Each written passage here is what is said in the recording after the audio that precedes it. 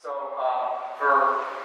nobody that doesn't know what a bald eagle looks like. I mean, you might not be able to tell what it is when you see it in the distance, but 4-year-old children recognize bald eagles because the white head, the white tail, the big size, the yellow beak, they're quite charismatic. They're easily recognized. And as you know, their populations were in serious trouble back in the early 1960s as a result of DDT in our environment. And it caused them to lay thin-shelled eggs that wouldn't hatch. They didn't get to the point of hatching, they broke. And so there were no young eagles for several decades being produced in the wild. And when the adults aged and died, there were no replacement birds to take over their spaces. And now all of a sudden the population just crashed. All the adults passed away, and there were no young eagles to replace them. So they were one of the first birds put on our federal endangered species list when it was first created back around 1970. And when New Hampshire finally got around to creating a state list of endangered wildlife late in the 70s, it was one of the first animals placed on that list as well. So the process of trying to recover that bird has been going on since 1980, if not before. And so that's, my gosh, it's 40 years almost. So that's a lesson in how long it takes to make up for the problem we created in terms of the chemical in the environment and the damage that it did. It's much better, in general, to keep our lakes clean and to do things the right way rather than have to triage situations later on. It's expensive to do it that way, and it takes a lot of time for an animal like this to recover. So the good news is that bald eagles have recovered, and their populations are growing today quite vigorously because we've removed some of the chemicals from the environment that was the source of the problem. You want to continue to monitor birds like this because they're high in the food chain, and they are good examples of what happens when contaminants concentrate up the food chain to an animal like an eagle, which gets a higher dose than things down at the bottom of the chain, like a white-throated sparrow, for example, or insect in the water. So we want to continue to monitor and make sure everything's going well. Another reason that they accumulate contaminants is that they are long-lived animals. Bald eagles in the wild can live 20 to 30 years. The oldest banded eagle with an ID that tells us how old when it was banded. The oldest one known is 38 years old when it was found dead.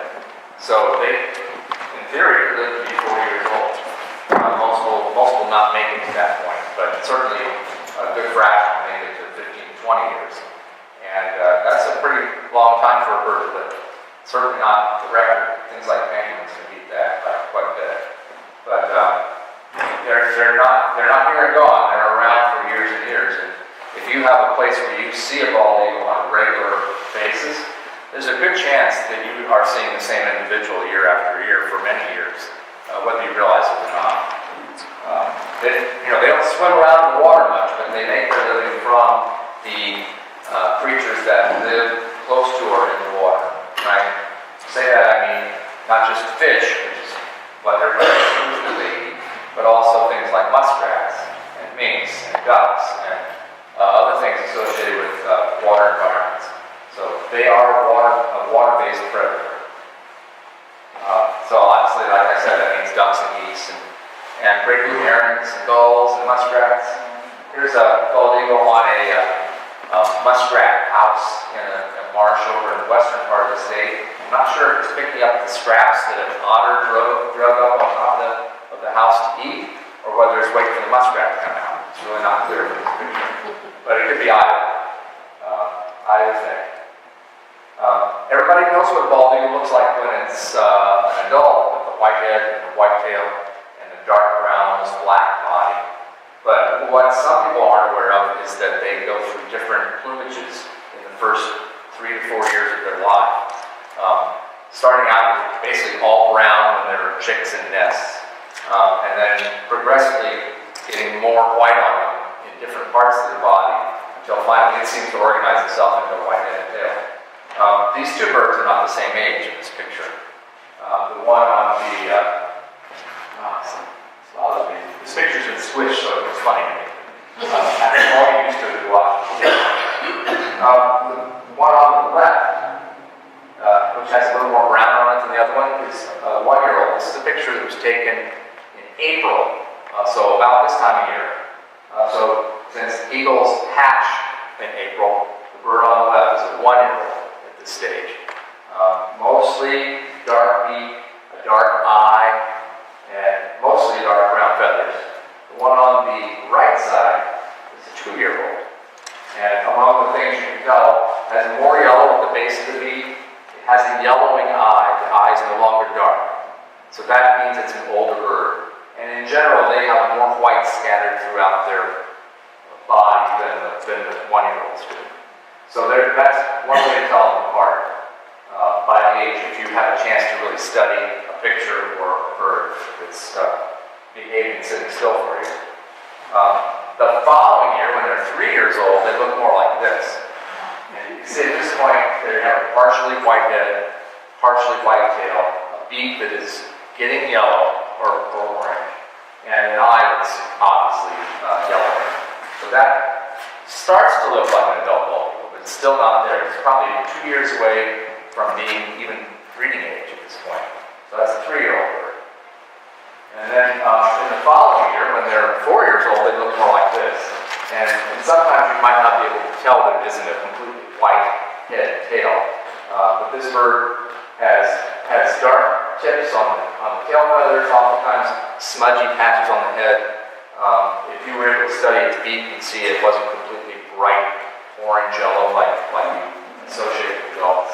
And if you could see it from underneath, you'd probably see a few white flecks in the underside of the wings. That bird is, at that stage, trying to establish a territory, may be involved in a breeding pair, successfully or unsuccessfully. But it's pretty much settled on where it wants to be, and will probably remain there as long as it's alive. And in New Hampshire, that means in the winter and the summer, because most of our breeding eagles are year-round residents on their territory. They don't go to Texas or Tennessee or even to Virginia or Pennsylvania. They stay on territory year-round, and they're able to find food whether or not all the lakes are covered with ice. It doesn't matter. In fact, I'll just mention this now. I know I'm going to mention it again. We're in the breeding season for eagles right now, and probably half or more of our nesting eagles are currently sitting on their eggs in their nests. It seems early, but it's not. In fact, our earliest nesters in the state this year are due to hatch next week. Can you believe that? After sitting on their eggs for a total of 5 weeks. So they've been through each of these storms we've had, and they're still incubating their eggs.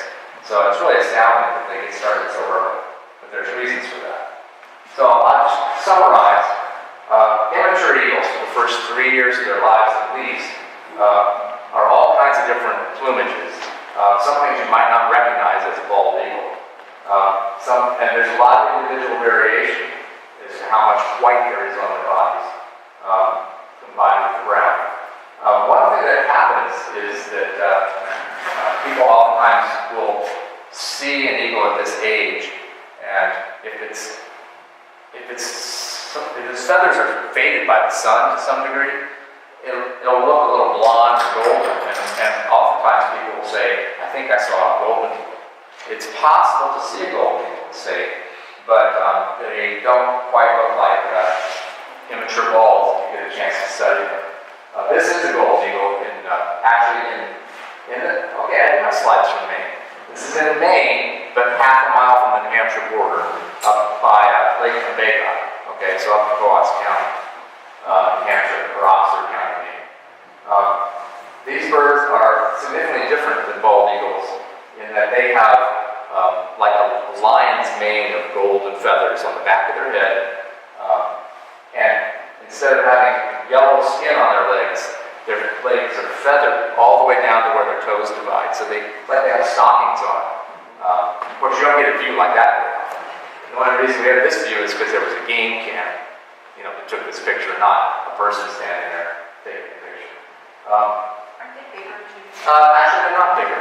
They're very similar in size overall, and actually their heads are smaller than bald eagle heads, and their beaks are actually significantly smaller than the big yellow bald eagle. And they never have yellow beaks. They always have dark brown beaks. So it is hard to tell them apart. It's not easy. But currently in Maine and New Hampshire, we do not have any breeding golden eagles in either state that we're aware of. Maine had it there until the mid-1990s at least, but even that pair has disappeared now. You can go within 500 miles of this place right here and find breeding golden eagles, though, up in the mountains of the Gascade Peninsula in Quebec, and then beyond that north towards Hudson's Bay. So they're within a few hundred miles of here, and they actually do migrate more than bald eagles, and they migrate down the Appalachians. So in the spring and fall, this time of year, and in November and December, you might see them passing through in migration, and occasionally we'll have one overwinter near good food sources in our states. But it's exceedingly rare, and your chances of being able to see them and identify them as a golden eagle are slim. But there's a possibility. So if you have a camera on the phone with you and this bird flies over and you're not sure, take a picture of it, because then we can actually compare certain things and figure out if it's a golden or immature bald. Okay? One other big bird of prey that people don't really confuse with eagles, but actually they serve as they're in a similar place in the food web, are ospreys. They're actually even more common than bald eagles are in both Maine and New Hampshire. But I like this picture because it kind of shows the relative position of these two birds in the food web. Ospreys are pretty high in the food chain, but bald eagles are even above them because eagles will actually eat young osprey if they can take them out of the nest.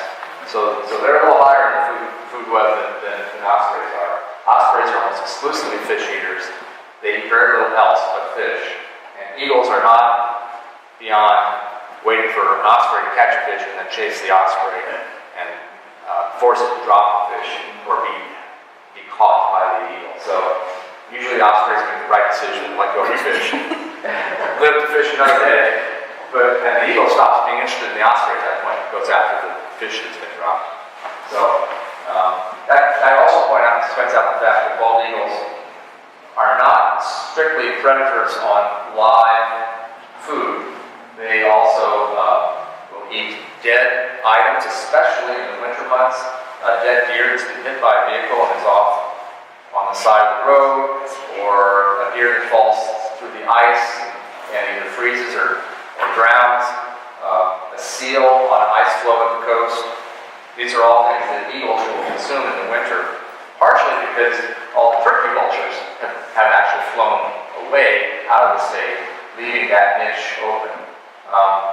Bald eagles are important in cleaning up carrion in the wintertime. Okay?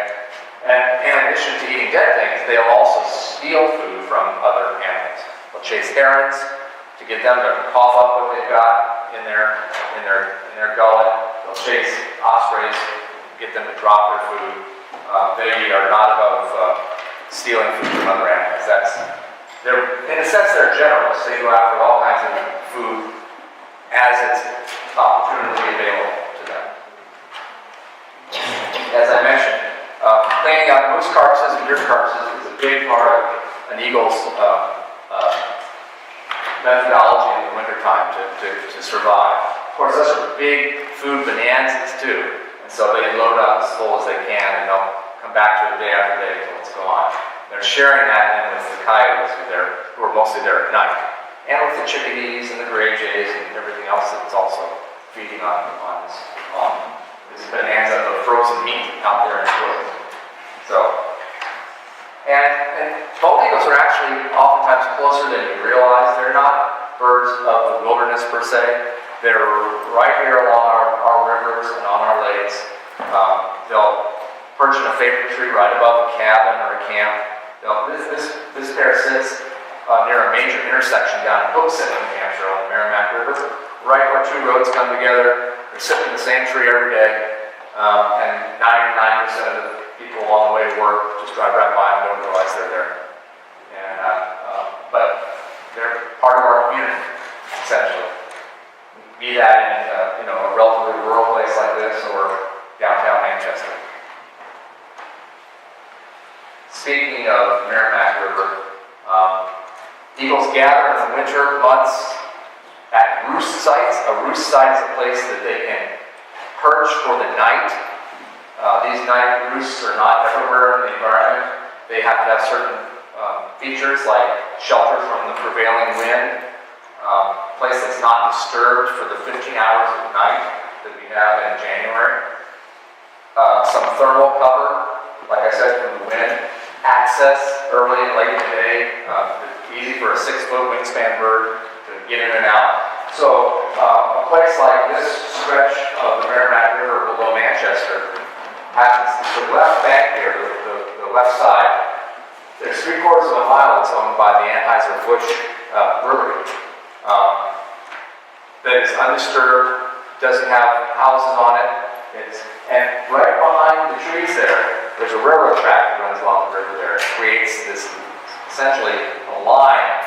The rail companies don't like to have roads crossing the rails very often. And so there's a linear stretch along the river here of pine trees and forest and water edge with no houses or clearings, just a nice long stretch that's undisturbed. Has actually very few people walking on it at any point because of that railroad track being a sort of a dividing line.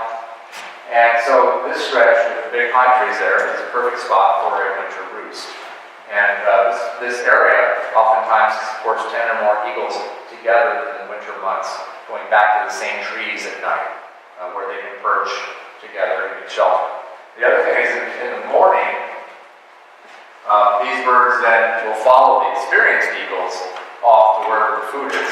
So there's a lot of younger eagles, 1-year-olds and 2-year-olds, that will come in and follow 1 or 2 adults around. So there's information exchange that's going on. It's a shortcut to finding food if you follow some eagle that's older and more experienced. You usually will have a chance to pick up some scraps at some point. So a lot of jockeying for position in these trees at these roost sites. Basic perch wear and the bird coming in on the right there is trying to perch where the adult eagle is, and obviously the adult's protesting that. The other immature up on top there is just watching all this and hopefully learning what not to do in this case. This used to be a very uncommon scene in New Hampshire and Maine, but it's becoming more and more common. Gatherings of eagles in the same way that you might expect a group of gulls to be gathered around a food source. If there's like I said, a dead seal or a big fish that's pulled up on this ice floe, these birds will gather around it and take turns trying to get their piece of the scraps. And then this was a great picture, just taken just this winter on Great Bay down on our coast. And it's tidal there, and this ice on the bays is floating in for a few hours, and then the tide changes and it starts to float back out. And these eagles drifted by this fellow's house 2 different times. They drifted by going up into the bay, and then the tide turned, and they're still on the ice floe picking at the stuff as they're drifting back out the other way. So, seeing collections of 6 or 7 or 10 eagles in one place almost always means there's food to be had. They don't tend to gather in groups like that for other reasons other than roosting, sometimes together at night. I mentioned our New Hampshire's Great Bay. It was one of our earliest known overnight roost sites for bald eagles back in the 1980s. We confirmed that.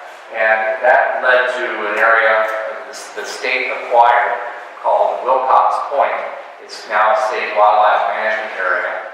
And what's interesting about it is, besides the fact that this stand of pine tree supports overnight roosting of bald eagles, is most of our state wildlife management areas are over the public year-round,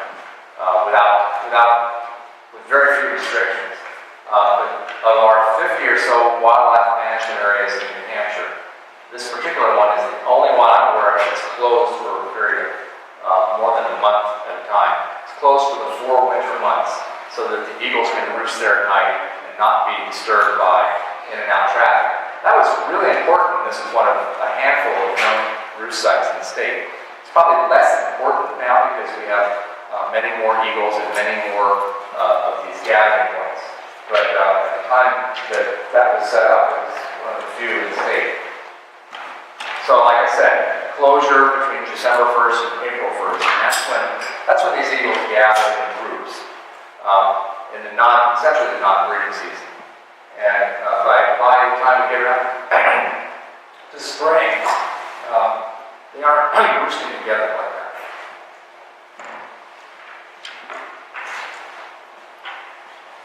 So the Audubon Society and our volunteers have been helping conduct a national winter count of eagles since the early 1980s. The count began, I think, in 1979, and New Hampshire began participating in 1981. This is called the Midwinter Eagle Count.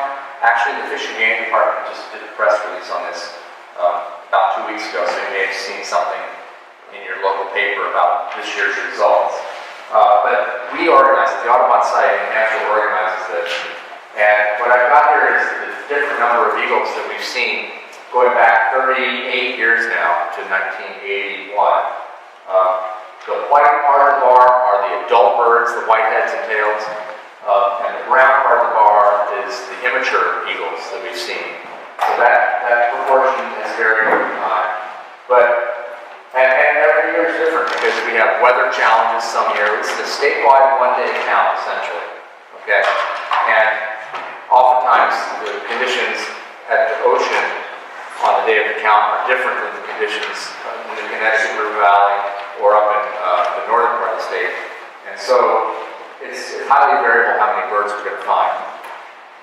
But we've had between 60 and 90 eagle counters scattered across the state in most of these years, and our numbers have just been marching up. Not year after year, but clearly our population has doubled, tripled, quadrupled our winter population in the course of those 38 years. And this is only one of the metrics we have. This year, our numbers were down. We had some really challenging weather on the survey day. A lot of fog, actually, in some parts of the state. Warm enough that there was a lot of melting going on, and it made looking for eagles very difficult. They were still there, we just couldn't see half a mile down the river to count. So that influences these numbers. But when you look at the whole thing,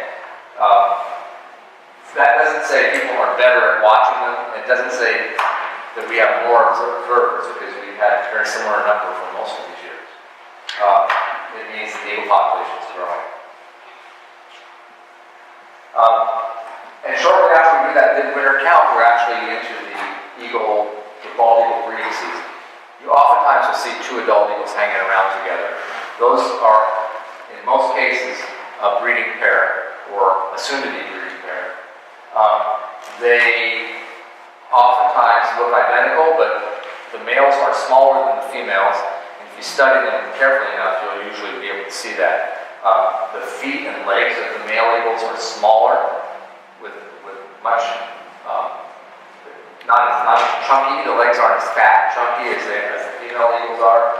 The male's beak is usually shorter and more dainty than the females. So in birds of prey, the females are usually the larger of the 2 male eagles. And that actually relates to the fact that if you're a bird and you lay an egg, the bigger egg you can lay has more energy in it, and the baby bird can develop to a larger size before hatching. So I think what's happened is that over time, over generations, decades, the male raptors have been able to get smaller and more nimble, whereas female raptors want to stay big because they can lay large eggs. So there's some different pressures between the males and females. that govern body size, essentially. That's an evolutionary feature, not a thing that they have any decision about. It's just why male raptors are smaller than females. Also, that allows them to maybe specialize a little bit on types of food. If you're smaller and more nimble, you can go after things that a bigger bird can't. But if you're bigger, you can carry bigger things that a smaller bird can't. And coincidentally, at the nest, the bird that does most of the defense is the big one. The female eagle is the one that usually ends up on the nest guarding against whatever the threat is, not the male. But eagles will hang out for a long time in the same area. They are territorial. They find an area and they stick with it. It may be one lake, it may be several lakes together, maybe a river and a lake in combination. And they basically assess their territory. And they're looking for food sources, safe perches, possible nest sites, and they're looking throughout the year to see what happens in that area. And food supplies change during the course of the year. There may be a time when there's a fish run, there may be a time when farmers slaughter animals and put carcasses out in the back field. There's all kinds of things like that that vary with the season. Of course, there's deer hunting season, and there's oftentimes available food at that point that isn't available other times of the year. If you're in New Hampshire, at least, and you happen to see an eagle flying around with a stick, I wish you'd take the time to contact New Hampshire Audubon and let us know where you were, where the eagle was, and what direction it was going. Because one of the ways we locate their nests is by seeing this type of activity. They'll snap sticks right off of dead standing trees, like dead pine trees. Oftentimes you'll hear the sound, and you'll turn and look, and there'll be an eagle fly with a stick. You don't know where the sound came from, but that was the branch that just snapped off before you saw it. And then after they get the nest built, they collect dried grasses, like from the edge of the road or from the edge of the stream. The big tall grass that's fallen over and covered with snow all winter and starts to melt out. They'll collect pounds full of that, and they'll fly back to the nest where they put it in the center of the nest like hay. They'll line the center of the nest with that. And then when you get a foot of snow and it gets all wet again, they'll go get some more and then pile that on top of it to provide bedding material basically for the eggs and the chicks. So, in fact, I know a farmer who told me, well, he had an eagle nest across from his farmhouse near the Connecticut River.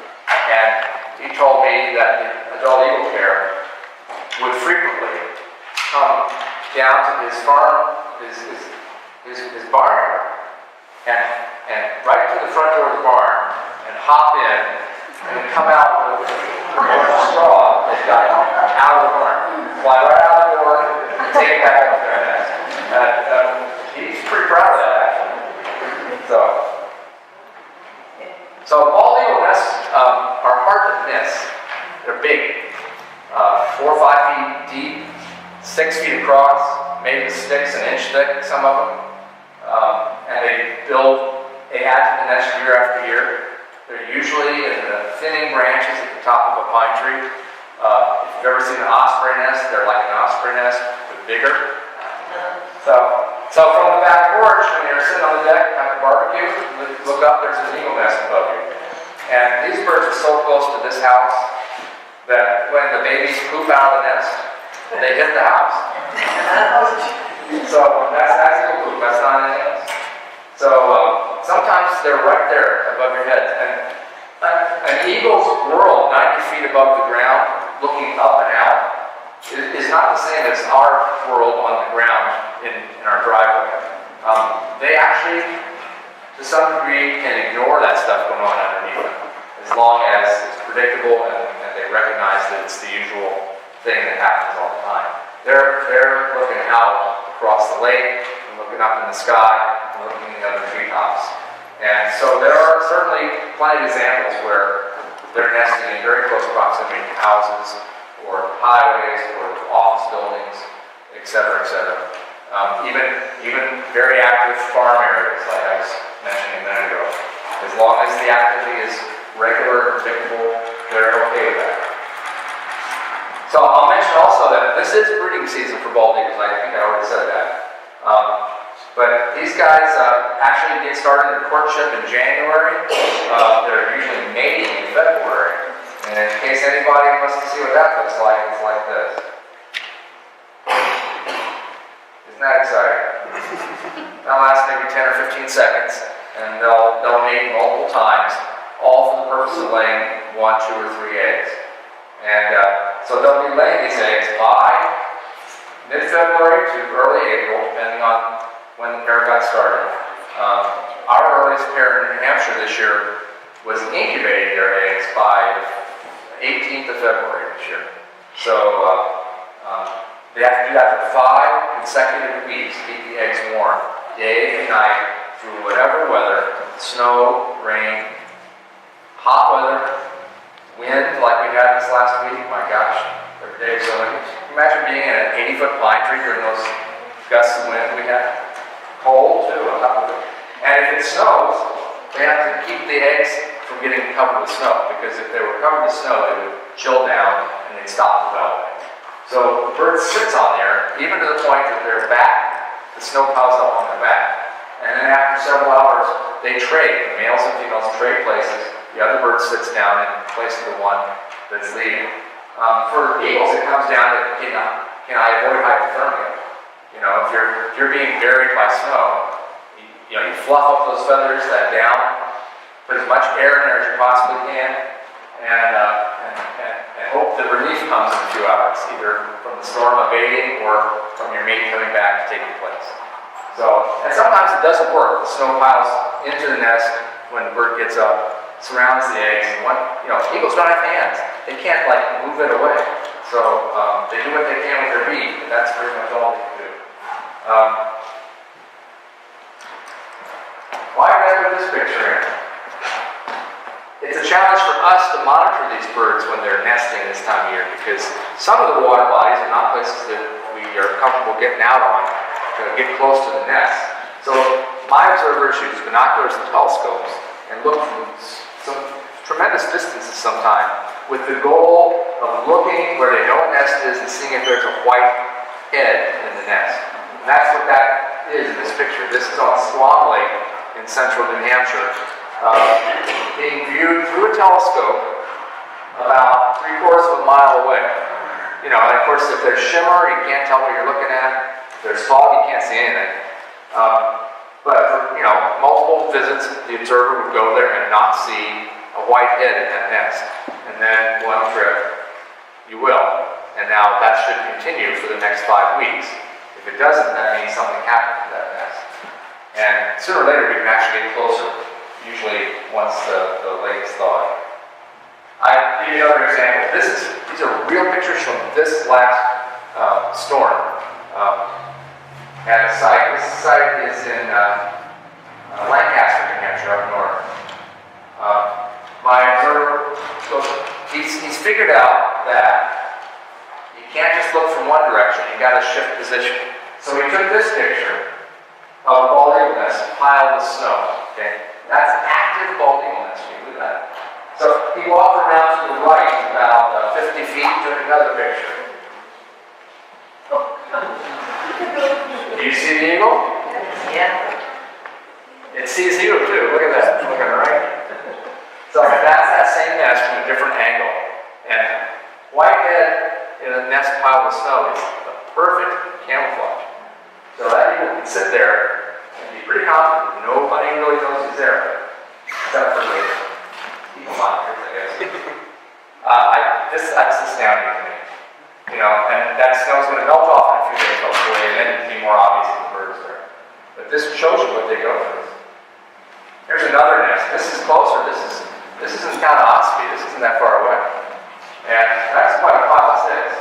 So my observer was there the last couple of weeks, and the snow there melted off. I think it's because there's more canopy above the nest, so the snow actually didn't pile up on the nest. I think I have a second picture of that nest. There's a challenge.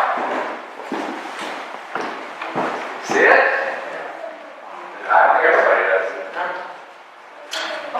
See the head? See the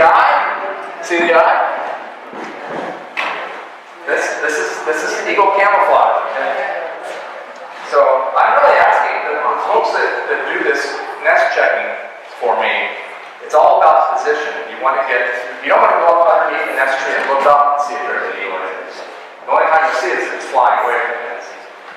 You want to be a distance from it, you want to use optical gear, you want to get yourself higher up if you can, so you're looking across the nest instead of up at it. Then you can be confident whether there's something inside there or not. Because they build the rim of the nest up pretty high.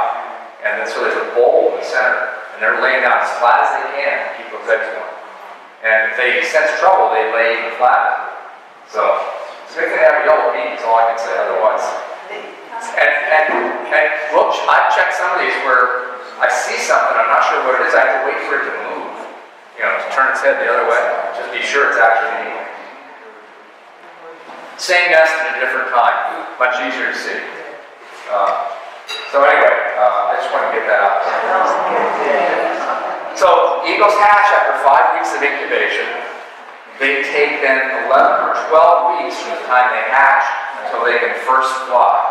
So that's 16, 17 weeks of development from the time eggs are laid until they can leave the nest. And when they leave the nest, they're still dependent on the adults for a month or more of time. So what are we talking about? We're talking about 3 months or more total investment, almost 4 months of investment, if not longer, to raise one brood of 1, 2, or 3 chicks. And for that reason, eagle nests that fail early don't restart a second time that same year. If they get destroyed by a storm early on in the process, there's a good chance that pair won't breed at all that year. And they'll have to wait until the next season comes around. One of our goals is to confirm whether they've actually started to incubate eggs, 2, whether they hatched or not, and then 3, how many young they produce. And if we're lucky, we have a 4th time to visit where we can be there when they're the right age to put ID bands on. We're doing less and less of that now because we have more nests, but not more resources. So we're focused mostly on counting how many there are and where they are.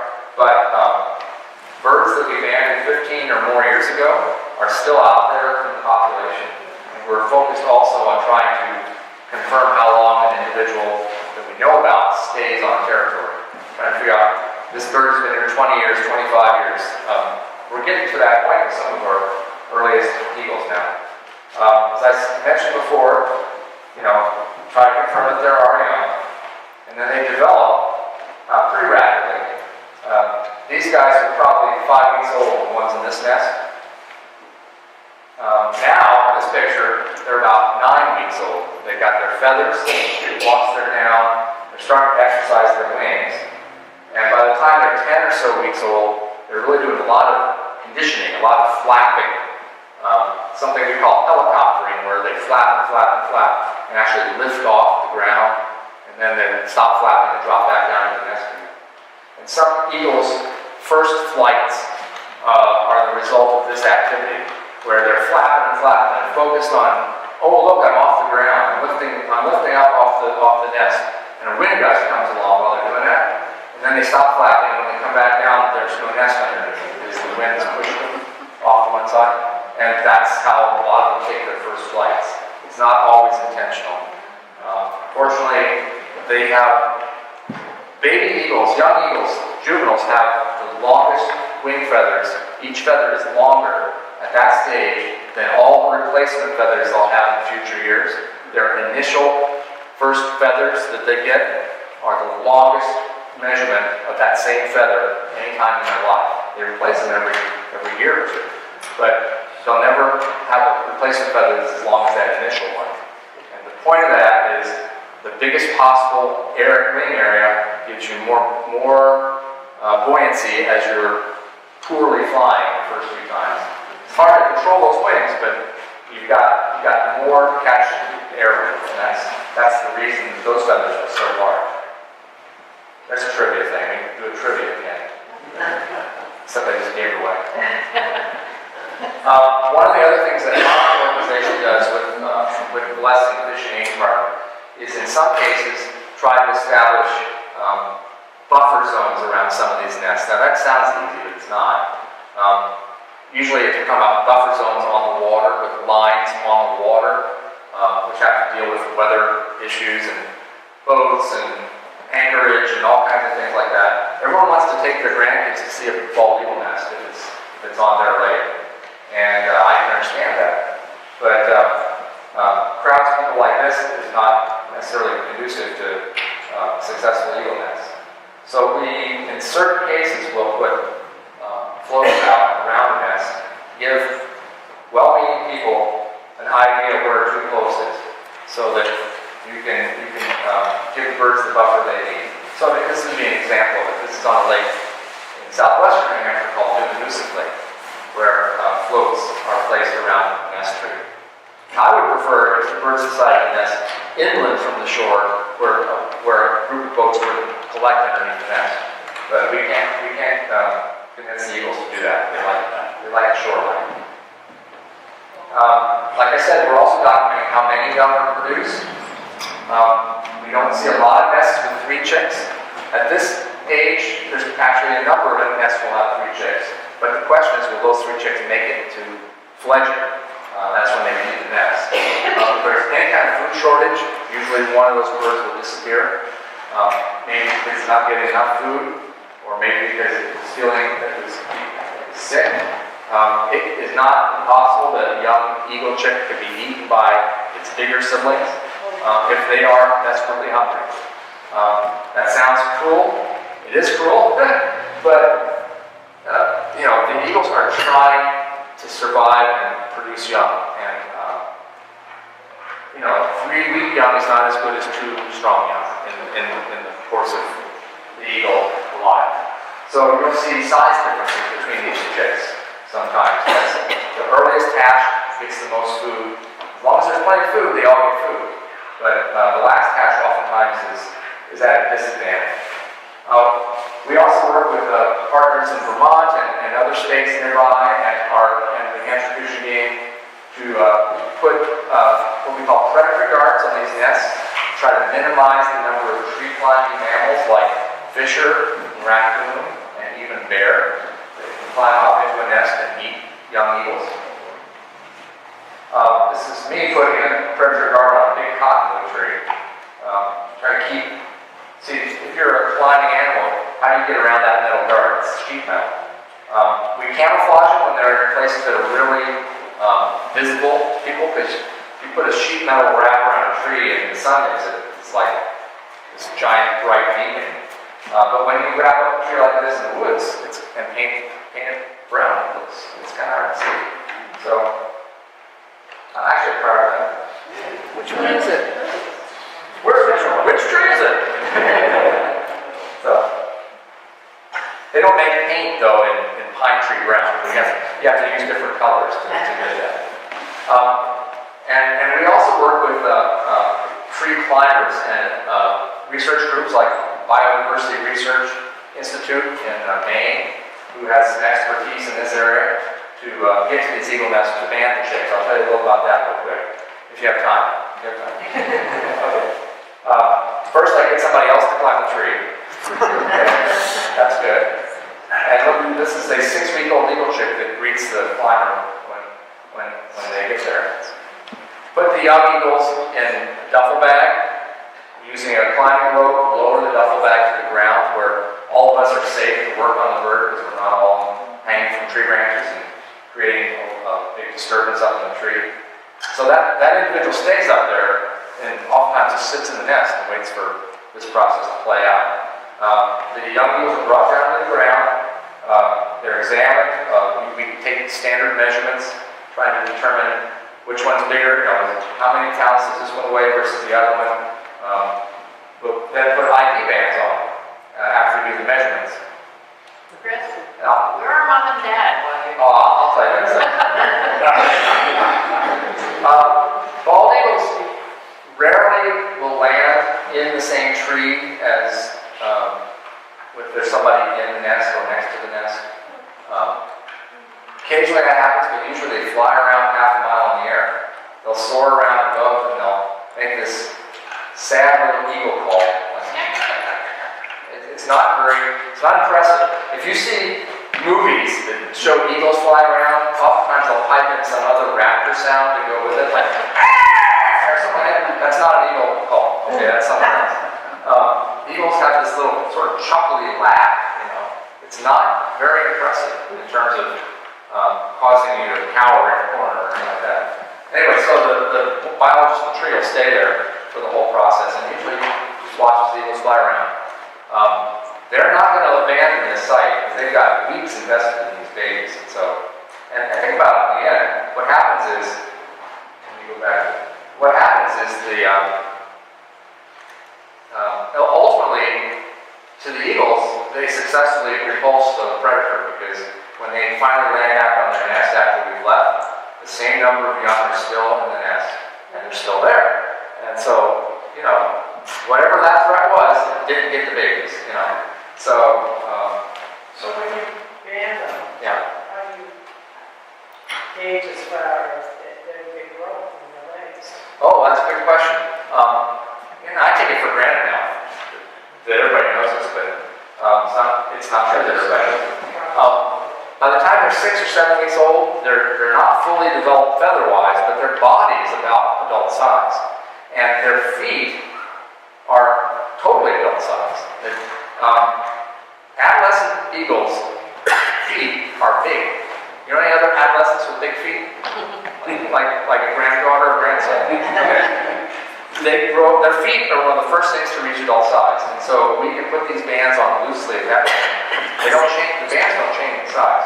But you can put them on because they have these toes, the band won't fall off. We can be confident of that. And we use one size for all eagles that fits even the big-legged female eagles. So they always remain loose on the males. But I should have brought those with me. I didn't bring them. Pass them around. So you see the color band is the one on the black one there in this case, with a very simple code on it. Okay? That's linked then to another band on the other leg that has like a social security number. 9 digits, unique. Only one bird of any species will have that code number in North America. But there may be many different color bands that say BB, like this one, but it won't be linked to an eagle leg band. So it's data management's complicated. I shouldn't even brought that up. The point is that that color band has a code that you have a fighting chance of seeing in the future, either visually with the scope or nowadays with digital cameras. And I encourage anyone who takes pictures of wildlife to not take really tiny files, to actually take big files with, you know, a megabyte for each picture. Because when you do that, we can blow up the picture and it stays in focus and we can actually see stuff like band codes. So let me just show you this. We put birds back in the nest, they develop just the same as they would if we never climbed a tree. And they fledge like I told you before. And if we cross our fingers that someday we're going to see those adults, those banded birds again, like this one. 2 years later, after we banded it, look at that code. It's BB. This is at Hudson River Valley in New York, 2 years after we banded it in the Connecticut River Valley. And again, because the picture is a big file, we can blow it up and actually see this code. That bird is 7 years old now, and we haven't got another sighting of it since this one 5 years ago. So that bird should be breeding somewhere, if it's alive. And it may be 10 years before somebody takes a picture of this bird. It'll be 18 years old then, but it's quite possible that could happen. And we may not know about that bird's whereabouts until then, if it's still alive. Again, if you're taking pictures of wildlife like this, take big files, because we can take an image like this. That bird is kind enough to hold his leg out. That image can be enlarged, and we can read the band code. That's the same picture, okay? That's not a different picture. I just took a piece of that, and it's still in focus. So we get a lot of information this way now on these birds. It's for the photographers. It's skill and patience and knowing where to look and wait for the right moment. But it's also a lot of luck. Okay, there's a lot of luck involved. Another one. This is on Ospey Lake again. Okay, this is an adult male eagle with its 2 chicks after they fledged from the nest, right on the shore, on the sandy shores of Ospey Lake. And my photographer got these three pictures. This one, and this one. And when you zoom in on that one, we can read, in this case, a 3U on this band, so we can know where that bird's from. It's from a Square Pond in Maine. You know where Square? Yeah. Square Lake? Yeah, it's what, 40 miles? 20 miles? 10. So that bird was a chick on that pond, and now he's a territory holder on Ospey Lake. So, you know, that's not a far trip. That bird didn't go very far. But, you know, with a band like that, we have a chance of seeing that every few years, you know how long that guy stays part of that territory. So, I just want to mention that, you know, this is a cooperative effort that involves lots of people and lots of organizations too. It's clearly not just the New Hampshire Audubon. In fact, we do logistics and not much more than that. Logistics and observation of birds. But, you know, our project has involved U.S. Fish and Wildlife Service and our state wildlife agency, a group in Maine I mentioned before, biodiversity research. And, you know, some of these nests are on public land, a lot of them are on private land, so we need the support of the landowners and then funders too. And we've had a number of different funders for this work over the years. Some of it's from your tax dollars. But increasingly we're looking to corporate partners who are willing to donate to this project because tax money is drying up for this because the birds recovery. And that's as it should be. There are other priorities out there. But so we've looked to power companies and other groups that have an interest, and foundations like the National Fish and Wildlife Foundation and other funders. We're currently getting funding from a group called the Door Foundation to do quality work in New Hampshire. There's a lot of information on this picture, but I just want to point out the chicks here. Remember I said that there's a food shortage, there's difference in size? These three chicks would have hatched within a week of each other, okay? But there is a remarkable size difference between the one on the right and the one on the left. Not just size, but developmentally different. You know, one's got feathers now, one's still down. That's more than a 1 week difference in age in terms of its development. And that has to do with the fact the last one's getting less food. Now, I happen to know that this site, all three of those birds eventually fledged from the nest with their feathers intact, and presumably all have an equal chance of surviving after that. But the one chick lingered in the nest for several weeks after the other two were already flying. And adults continue to bring food back to the nest to feed that bird. So back from until 1988, New Hampshire had gone almost 40 years with no documented breeding eagles anywhere in our state. They were eliminated as a breeding bird in New Hampshire starting around 1950. There were none that we could point to. But starting in the late 80s, our population's been growing. And last year, 2017, we had 58 territorial pairs and a total of 59 young confirmed to produce. That's a huge jump. I can show you that in the graph. I think it's the next. The fact that this is compressed this way makes it look even better than normal this. I really, that annoys me, but that's not my problem. So this is the kind of data we've tracked since 1987, and that's been our organization's job to do that. This is for the entire state of New Hampshire, and clearly there are some nests that we don't know about each year, but it's a rare nest that goes undetected for more than a couple of years, I think, before somebody gives us the clues we need to find it. So, you know, for a decade we had one known eagle nest in our state. That was at Umbagog Lake up on the Maine border of Wilcox County. I think some of you probably visited that site in the 90s and had a look at that. It was such, I mean, that was the only place in the state you go in New Hampshire and see nesting eagles for many years. But then in the late 90s, the population really kind of caught on. What it really was the expanding population in the state of Maine, and Massachusetts, and New York started to bleed over into Vermont and New Hampshire and fill in the gap. And because those states had really active programs of recovery. And so those birds expanded into territory and started to fill up New Hampshire and Vermont as well. And so that's when our population really took off. And we've been doubling our breeding eagle population every 5 years for the last 20 years. So that means if we've got 60 pairs now, 5 years ago we had 30 pairs. If you check the numbers, you can see that's pretty close to right. And 5 years before that, we had 15 pairs. 5 years before that, we had 7 or 8. And these lines are not showing any signs of flattening out yet. So what that means is that if you were in the business of predicting in 2022, 5 years from this data, how many eagle pairs do you have? Twice as many as we have now. Maybe 120. Can you believe that? Well, maybe it'll start to flatten out, but it's not unreasonable to think we might have 120 pairs of eagles in our state. In our state, New Hampshire, not big old Maine, but little New Hampshire, okay? In another 5 years. And the challenge will be being able to prove it, because who's going to track all this birds? That's going to be tough.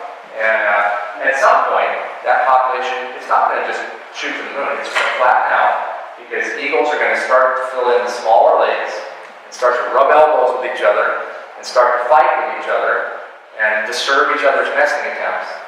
And then their reproductive success will start to diminish a little bit. And they'll come into balance with the environment. Now, if you're a loon lover, you know loon lovers are? If you're a loon, I do. If you're a loon lover, you might be a little distressed by this news, okay? And the good news is that eagles take the easiest things they can get in the environment, and so they would much rather eat a mallard or gander than a loon. And a loon's a big thing to go after, too. Loon chicks are vulnerable, but the good loons, the smart loons, the shrewd loons are good parents, and they keep their babies close, okay? And eagles will test for what's easy and what's not easy to go after. And they'd much rather go after something simple, like one of 20 merganser babies, than the one loon chick that's being guarded by its parents. Anyway, loons have mechanisms for defending their babies. And you can have a little sensitive on this topic. Actually, I've been working with the biologists at the Loon Preservation Committee in New Hampshire. We've actually taken all their data set of loon nest sites, where they are, how productive they are, and then we've taken our data set of eagle nest sites, when they established on a lake, where the nest is located, and put those two things together and figured out that eagle presence on a lake accounts for about a 3% drop in loon productivity.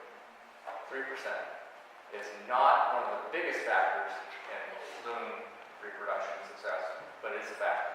You know, water level, snapping turtles, raccoons, disturbance from boats are all, lead are all important things. Probably greater than eagles are, believe it or not. I talked about that for way too long. Sorry. This is the stretched out version of New Hampshire. It's really long and narrow.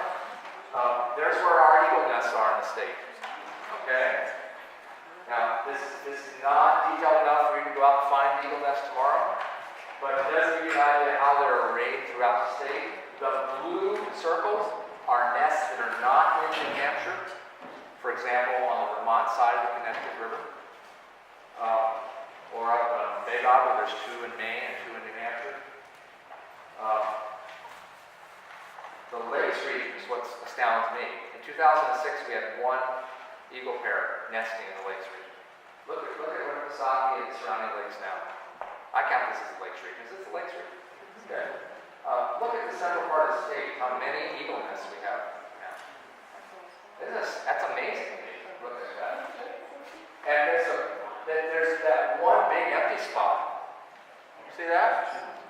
What's there? Mountains, not lakes. Okay, makes sense. Bald eagles don't nest on top of mountains. They nest in the lowlands on rivers and lakes. And so you can see how that's arrayed. There's actually a second mountain range up towards Colebrook there, which is also a gap in eagle nest.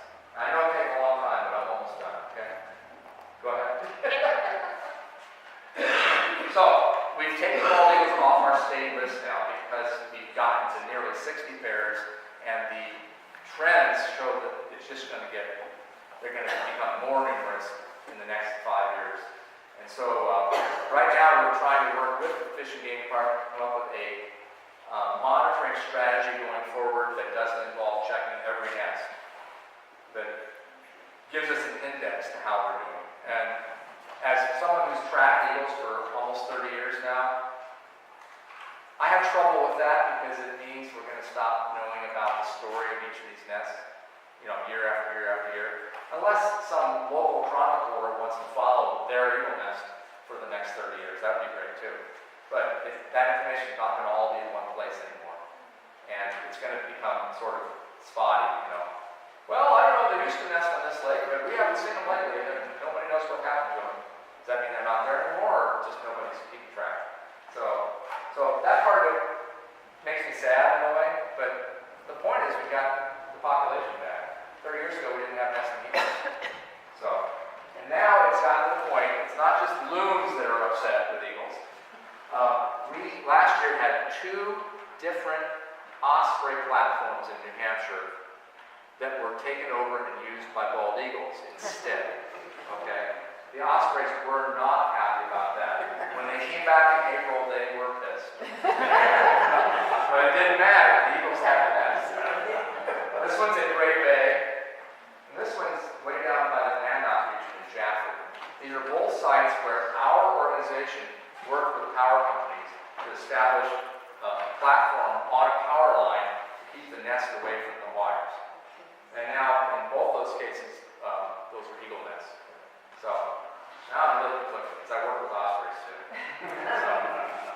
Anyway, so this is actually a picture of the first successful bald eagle nest on an osprey platform in New Hampshire in recorded history. So, that was last year. So, what awaits us in the future? So if the eagles are nesting now, it makes sense that the osprey are too? No, ospreys are migrating to the tropics. Every osprey leaves New Hampshire and Maine in the winter.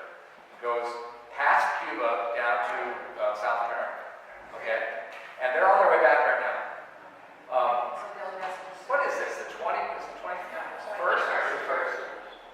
We usually see our first osprey on the seacoast by around the 30th of March, if not maybe a few days sooner. This year I'm not sure how that's going to work out. But within a week or two, there'll be osprey reports in New Hampshire. They're on their way back right now. They're trying to get back to New Hampshire through that storm down in Baltimore right now. Gosh, I don't know. So, just to summarize, these birds are really cool to watch. They're cool to monitor the population. They're great to see on the lake. And when you're out fishing, it's good to get to see an eagle flying around. It's great to show your grandkids, these birds. And now they don't appreciate the fact that when you were growing up, it was hard to see one of these guys. But in any case, they're back, and that's good. And they still can be of use to us to tell us about our environment and about the food we eat. If you like to eat fish, you should be interested in what's in eagle bodies because they like to eat fish too. And they eat a lot more fish than we eat. And so if there's problems with the water and the microorganisms and the small fish and the big fish, and it gets to the eagles, we should be concerned about that too, as animals that are high on in the food web as well. The alternative is just eat lettuce, that's your... But make sure you know where it's coming from. Anyway, so we're going to continue to monitor eagles to the extent we can and make sure that they're still reproducing successfully. There's a good chance that there's another toxin out there that is accumulating now that we don't know is harmful, or we don't know how harmful it is. So we're going to keep an eye on eagles and the quality of their eggs and things like that for that reason. I'll give you one example real quick. You wouldn't think there's any connection at all, but there is. There's a group of chemicals called PBDEs. They're flame retardants. They have bromide in them. They're in modern products like upholstery, computers, the fake wood furniture that you can buy for your house, the carpet. It's probably even in paint. It's designed to keep flames from spreading. So if there was a fire by an outlet, it wouldn't race through the carpet and up the walls and up the drapes. The problem is the thing that dampens the flames loosely attached to that chemical, and it gets out, it escapes with the product inside your house or anyplace else, and it ends up accumulating in dust that you find distressingly all around your house. That includes this PBDE chemical, one of several types of PBDEs. I'm like, where's he going with this? Okay. We studied peregrine eggs in New Hampshire between 1990 and 2006, all throughout New England, but half of the eggs were from New Hampshire. And when a chemist down in William and Mary analyzed the chemicals in these eggs, they found that the PBDE levels in those eggs were the highest ever reported for peregrine falcons anywhere in the world. This is in the 90s and 2000s. Of course, this chemical hasn't been around all that long, but it's bioaccumulating. And so, I don't know if it's in eagles, it probably is. But the point is, it was out there in wild peregrines that are eating birds from the White Mountain National Forest. This is a chemical that's only in, like, products for homes and, yards and stuff like that. It's out there in the environment. My point is that we wouldn't have suspected that 20 years ago.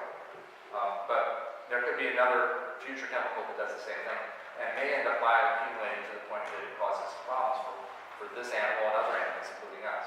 So these guys are bellwethers, and we need to keep an eye on them because they tell us a little about the safety of our environment as well. So that's kind of a downer, way to end this, but I just want to again acknowledge the photographers that took these pictures. My show is immensely better because there are images that you can look at to ignore me and just watch it. And all these organizations that have helped us with the process. And I should also mention a lot of cooperation from the state of Maine. They've been tremendously helpful in providing us advice. Maine has literally hundreds of bald eagle nests now in that great state. And it's a much bigger state, lots more water, and tremendously more miles of coastline. What was it, 3,000 miles of coastline in Maine? New Hampshire has 18. But in any case, eagles don't care what state they're in. They're moving from Maine to Vermont to New Hampshire to Massachusetts and back again. And it's all one big population, and we're just glad that they're back. So I'd be glad to answer any questions that you might have. Happy to stay as long. I wasn't here much before we started, so I'm happy to stay until the last person leaves. If you have questions, I've got cards. We've got maybe a few more newsletters in the back. I'd be glad to talk to you later also about any sightings that you think might be relevant to our monitoring program. I'd be happy to talk to you. So let's start with a couple questions first. Was there any controversy about the delisting you do on the federal and on New Hampshire level? Was there controversy? Yeah, there's always controversy, especially if the federal government's involved. But the federal government was looking at it on the national level and actually removed eagles from the federally endangered list back in 1995. They classified them as threatened, which is not as in trouble. Okay, and so from 95 to 2007, they were federally threatened. And then in 2007, they were taken off the federal list because over the whole course of the country, all the populations were recovering, and so they felt it was time to do that. Each state then was free to decide when they were removed from each state list.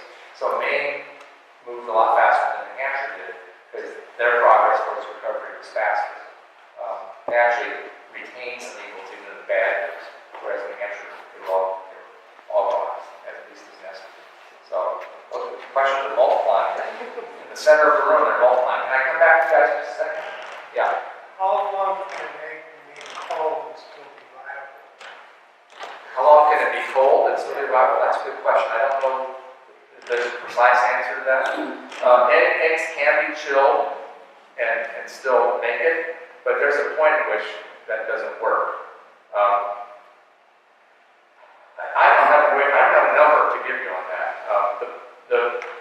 Suffice it to say that eagles will spend maybe 5 or 10 minutes off the eggs.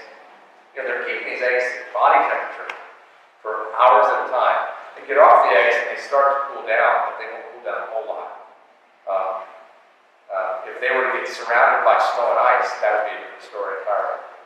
Because they didn't have cellular damage and the embryo would certainly die. I don't know that anybody's done experiments with egg chilling to find out what that length of time is. Good question. You know any scientists that want to study it? Can I get their questions first? You. See, that changes. I think some of these people study that. Baby eagles have brown eyes, and they do for a year or two. Then their eyes start to be yellow. And then after the rest of their life, maybe 30 years, they have bright yellow eyes with dark people in the center. Bright yellow. Yeah, one more here. What state do they live in? What state? What state? There are bald eagles breeding in every state in the United States except one. Which one? That's what I was going to ask you. What state is different? Well, there's a couple states there. An island state. Want to guess? Hawaii, that's right. Yeah, and that's a long way from the rest of the United States. Bald eagles are a North American animal. They're not found in Asia or Europe. They're only North American. And unless global warming really goes a long way, they start flying over the North Pole, they'll stay in North America. That's a possibility that eagles might disperse across the Arctic into northern Siberia or Finland or something like that. But apparently bald eagles are North American. Golden eagles, on the other hand, are found worldwide. Okay. Yes, the lady in the back. So it was not long ago, I don't know if it was last summer or the summer before, I was driving on a road right adjacent to Crosses Lake. And I saw an eagle come in, and it dropped a giant bass practically on the hood of my car. So I stopped, and then it perched in a tree, and I waited for it to come back and pick it up. And it didn't. And then I saw the immature one, and I was wondering, do they teach their young to go after? What time of year was it? It was late summer. Late summer, so it could have been dropping it, expecting it. Say, go get it. Yeah. Because then I heard some sort of yelling Are back. you sure that maybe it didn't pass it in the air and the baby dropped it? It's like, now what do I do? You know? And then, I mean, it was still there. Yeah. I mean, so then I went to my meeting and came back, and it was still in the road. Yeah. So no one ever picked it up. It was a big fish. Was there the next day? Yes. So that baby was not learning its lesson. Well, that's an amusing story. But it would be more amusing if it hit your car. Well, then I heard about a friend over on majestic who was taking a walk in the woods and Basset, like fishing got like her that. head in the middle of the I can answer maybe one more. You just get another question? Yeah, just. What about this side there? Anybody? Can I do it Well, first? I'm just going to ask one quick question about if you guys have any concerns about drones in eagles. I think it's like the least of our worries. Okay. I mean, Just curious. I'm worried about drones hovering over nests. I don't think that's going to happen very much. But, I mean, I think the drone better watch out. Because it might get swooped on. Right. Especially if it's in midair. If it's actually on the nest, like, it's probably not going to get caught by the eagle, because eagles don't like to come down and attack you hand-to-hand combat. But if it's in the air, it might get whacked down. So one more. Are they monogamous? Good question. That's a good question. Are they monogamous? Meaning it's the same mate for their entire lives? It's a yes and no answer. It's more than a yes and no answer. And I'll tell you, this may take a second. So eagles live for 20 years, most of them. And an eagle might have a mate for a while, and that mate might die of an injury or prematurely. But that other bird is still on territory, and there are other eagles around that monitor what's going on at an area, and they might, say this female is alive and the male has died, another male will try to move into that territory, and probably be successful. It might be a young bird. So you might have a 12-year-old female eagle and a 5-year-old male eagle. And of course, which one's likely to So that bird died, and another bird moved in. So to the extent, they're really monogamous to the territory, okay? They're focused on the territory and the nest site, and as long as their mate is alive, they'll usually have the same mate. Every now and then there'll be actual conflict. I have a video that I haven't incorporated to show yet, taken about 3 weeks ago from Majestic Lake in Auburn, New Hampshire. Is that the one you said? Majestic Lake. Where a woman came home from work, heard a funny noise in the woods, looked out around behind her driveway, and there are 2 eagles in the woods on the ground, locked in combat with each other. I mean, literally on the ground, flapping and flailing. And she started rolling the phone video right away. And her son is there, and you can hear him say, he says, it has a big wound and it's bleeding. And then there's a little more struggle. He goes, what did he say? Something like it's ripping its face off. And the one was actually tearing at the skin of the other bird. I mean, I'm sorry to be so graphic here. And then the eagle that was on top turns and looks off in one direction. And you hear the kid say, "Mom, it's looking at you." and Mom said, "No, he's not." and then the video seriously ends. So there are cases of actual fighting and death, resulting from injuries in rare cases. And that was what's interesting is the bird that died in that case was an ID banded bird that had been seen 10 days before on the Hudson River, and then it was in central New Hampshire 10 days later. I don't think that bird was a territory holder because it should have been on its territory for weeks, and so it may have been trying to get into a territory and may have picked the wrong battle in that case. But I don't know for sure. One more thing. The question. We're still on this question. Okay. I'm following another nest with the help of several wildlife photographers over in the Connecticut River Valley. And that's a great spot in the Connecticut River Valley, where we have one female eagle that was at the nest last year. She's ID banded. She's there again this year. She's got eggs, and she has 2 mates that are taking turns replacing her on the nest. They're both color banded. How old they are and where they're from. So we have a trio of eagles raising one batch of eggs. How that's going to turn out, I don't know. So it's not an easy answer to answer your question. Are they monogamous? I don't know. That is extremely rare to document 3 birds in one nest that get along. So we'll see what happens. So we're trying to document it. So anyway, thank you for your attention.